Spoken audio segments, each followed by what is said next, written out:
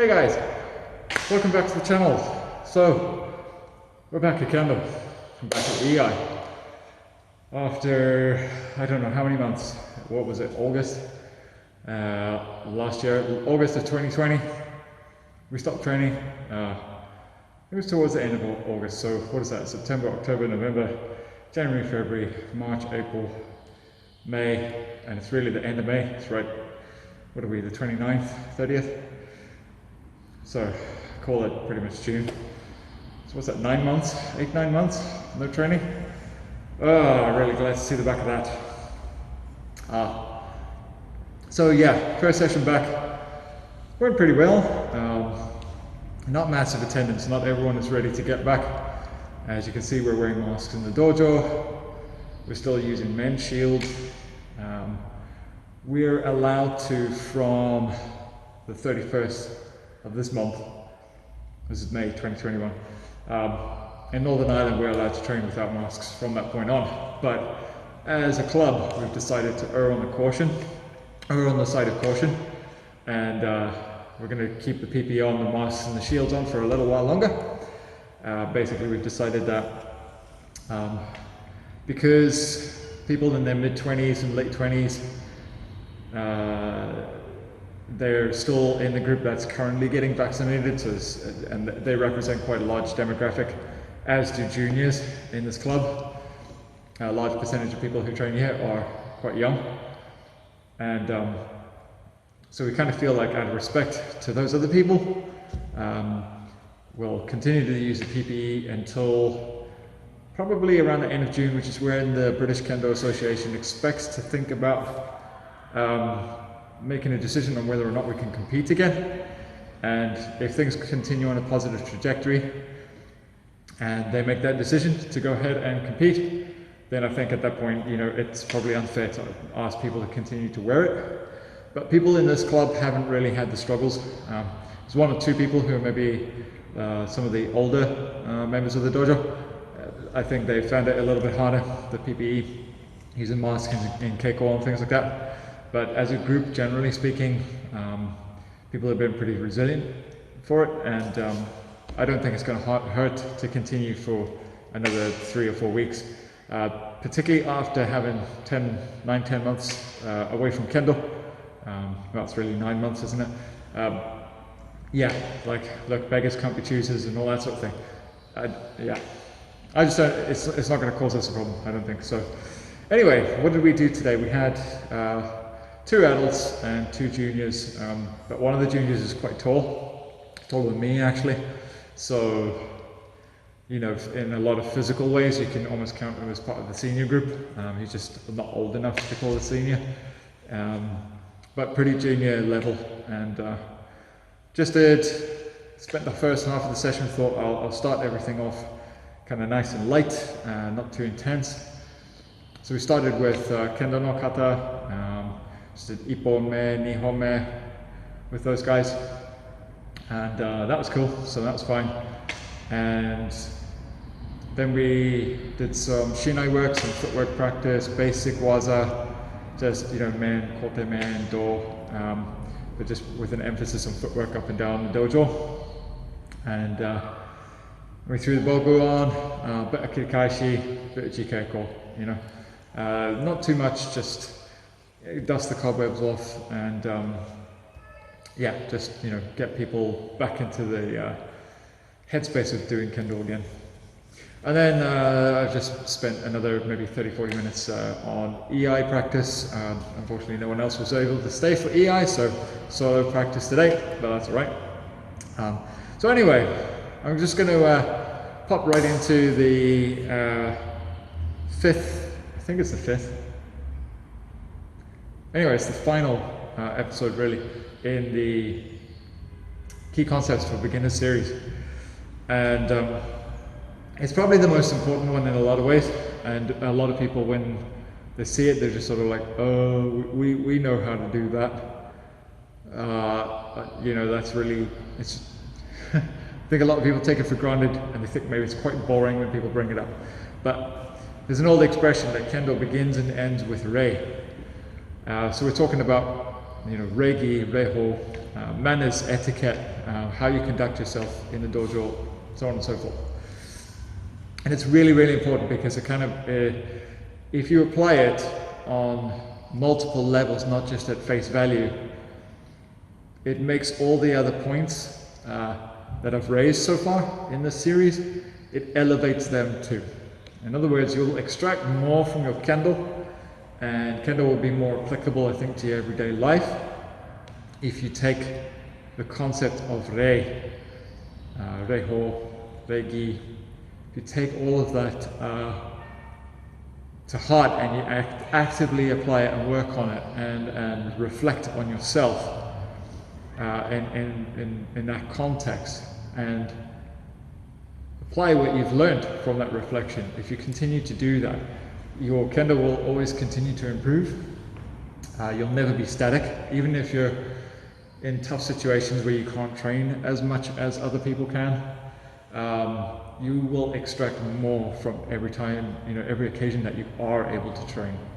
I think that's really important. So it makes the most of your time in the dojo, okay? But it's also more likely to transfer to things that are outside of the dojo. Okay, so fundamentally, why do we do Rei, right? So most people just think of it as, exchange of bows, good manners, right? Present yourself well, keep your dojo clean, okay? And it stems from respect, right, doesn't it? So, when two kendoka meet and they want to practice together, the bows are a show of respect, okay? And it's not just being grateful that they're there to train with you, but it's also respecting them as if it's in the situation of Shiai, for example, respect them as an opponent, take them seriously. It moves from just being a formality, or we turn up, we bow, because that's just what we do, to actually respecting that opponent from the perspective of them being your opponent. Yeah, so what do I mean by that? So if you're bowing to Motodachi in the dojo, you're grateful that they're there and they're giving you their time and attention and energy to help improve your Kendo. Yeah? And they're bowing to you because they're getting the same thing from you as well. Okay, so there's a mutual respect there because you couldn't really progress your own Kendo without them. Now in Shiai, there's that same fundamental respect because it's still, it's a test of your Kendo, but it's also something a bit more. The pressure of the situation is elevated. The context of the two players in the Shiai is different to what it is in the dojo. So when you bow and you show respect, it should be elevated in line with the context of the event at hand. Yeah, you're not there just to kind of lightly spar with each other or just practice your basics and stuff like that, where errors are kind of met with guidance and support and that sort of thing. Or sometimes you're obviously pushed by them or whatever it is. In Shiai, there's no tolerance for that because it's a test now of that skill. So you've got to go there and apply it, and they got to apply what they know against you, and there won't be any kind of forgiveness or anything like that. Yeah, if you mess up, you'll lose an ippon, or you'll get the hansoku or something like that, right? Anyway, my point is that if you go in there and that respect is genuine, take the opponent seriously, take their ability seriously. Always presume that they're every bit as good as they hope they are. Don't Rei in thinking yeah, I've probably got this. There's a famous around these parts, around the UK, taikai called the Memeshi Threes. And the idea of it is that you have two kind of established kendoka on the team, and then the third is always meant to be a Q grade. So it's basically two down grades and a Q grade or something along those lines. And it's not unheard of at that competition for there to be big upsets where a Q grade goes in and they don't have the rank, but they've got their head screwed on in the Shiai, and they've maybe stood up against, taken on like a 4th or 5th dan or something like that, and taken shodachi, the first ippon of the match, and caught the person with the higher rank napping, because the higher ranked person, they weren't rude to them, but they maybe didn't accord them with the level of respect that they would do, right? So always take the engagement seriously. That's a form of respect as well. And so that applies to your everyday training, because, like I said, you can feed these things back. So maybe you learn to do that in shiai, right? You're like, oh, I made that mistake once, took it for granted, and somebody popped a men on me because I was kind of asleep. And so you learn your lesson. Take that lesson back to the dojo then and go, I'm going to do my basic waza with the same level of like awareness and alertness. Don't just, just kind of casually like, another 5 men, oh well. Take every opportunity seriously, accord it the attention and respect each of those men cuts of those 5 and every set of 5s that sensei asks you to do. Accord them with the same level of respect that you do your opponent in shiai, and man, your kendo's going to go far. Now if you take that outside of the dojo, what does that mean? It's accord the people around you with respect and the situations around you. So maybe it's something like you're in the workplace and I don't know, there's a situation going on where maybe you know the answer to this thing and you feel like the other people don't really know the answer, or they don't have the experience, because that's, whatever the situation is, like maybe they don't really do your job, but they're sort of telling you how they want it done. But they're a bit older than you, and they've maybe been around the ballpark a bit more than you, but they've never done your job. It would be easy for you to just be like, what are you talking about? You've never worked in this warehouse, or whatever it is, like maybe their management or something like that. You've never done this job, what do you know, right? That would be one way that you might tackle it and how you feel, right? And maybe some of it's warranted, because they haven't done that job and they don't really know the struggles that you have, or something like that. But it would be the wrong way to tackle it, to get what you need out of them and for them to get what they need out of you as management for the company.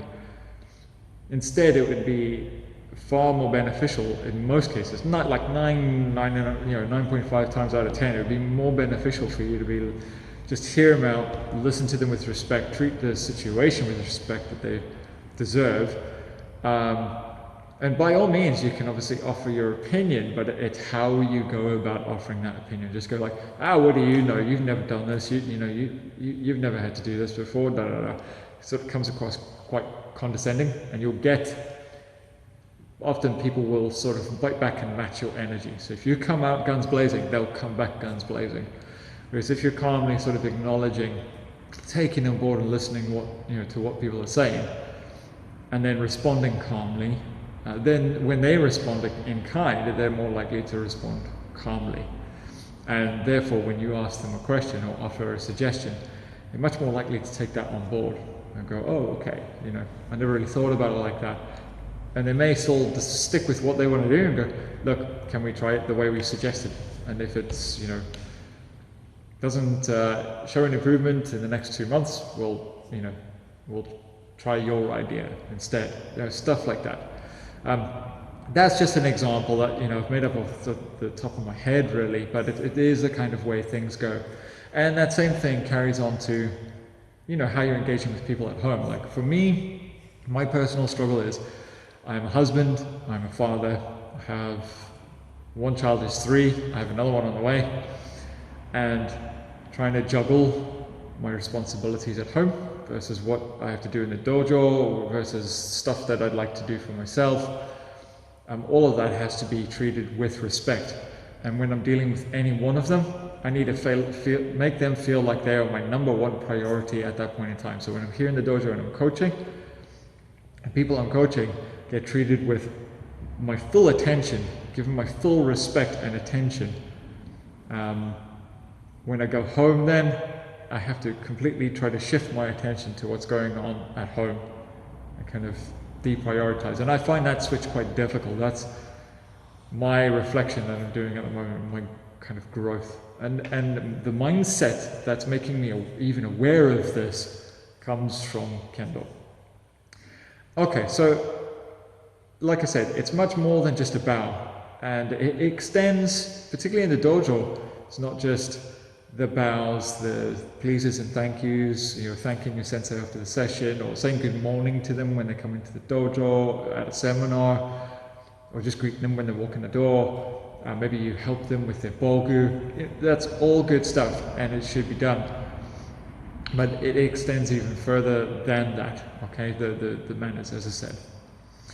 But another side of that, as you say, as most people would know, is like, your physical appearance, that reflects that mentality. So your chakuso, how you wear your gi, your hakama, pack away your bogu. When you walk in the door, do you have all your bags on your shoulders and everything, and you just sort of like bow with it all there? Think about that. You're not supposed to. You're supposed to take everything off your back, and you can hold them in your hands at your sides, or you can set them down for a second. But you stop and take the second to give the dojo, the actual physical place where you're practicing. When you do that bow, it should have your full attention. And it's these little moments, taking the time not to neglect them and actually do them. And I've been guilty in the past, like I haven't followed through on stuff and sort of kicked myself later and gone, nah, that's not good enough. I should have done it. Just taking shortcuts and thinking, it's not a big deal. But actually, the more you do Kendo, the bigger deal it becomes. So there's a physical manifestation of this kind of respect.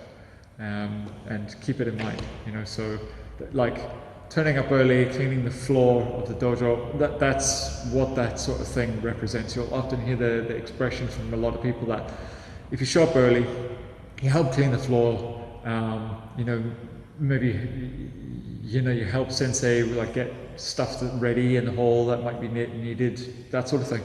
It shows like a readiness to learn. Basically, you show that you're switched on from the get-go. You walk in, everything's prepared, you're well prepared ahead of time, you've maybe even warmed up already. It shows them that I'm ready, I want to take advantage of all the time I have available to learn from you. And that makes high grades, when they experience that sort of level of attention, not personal attention like, oh, you're in awe of me, it's attention to detail, everything's ready, we don't want to waste your time sort of thing. We're here to crack on and do Kendo because that's what they want to do. They want to crack on and get as much training as possible, especially because they're coaching. They don't get to do as much Kendo as they probably used to when they were younger. So, it's one of those things. I don't really want to waste a minute because every minute counts. And you never know when you're going to get the next opportunity to train, as we've just seen.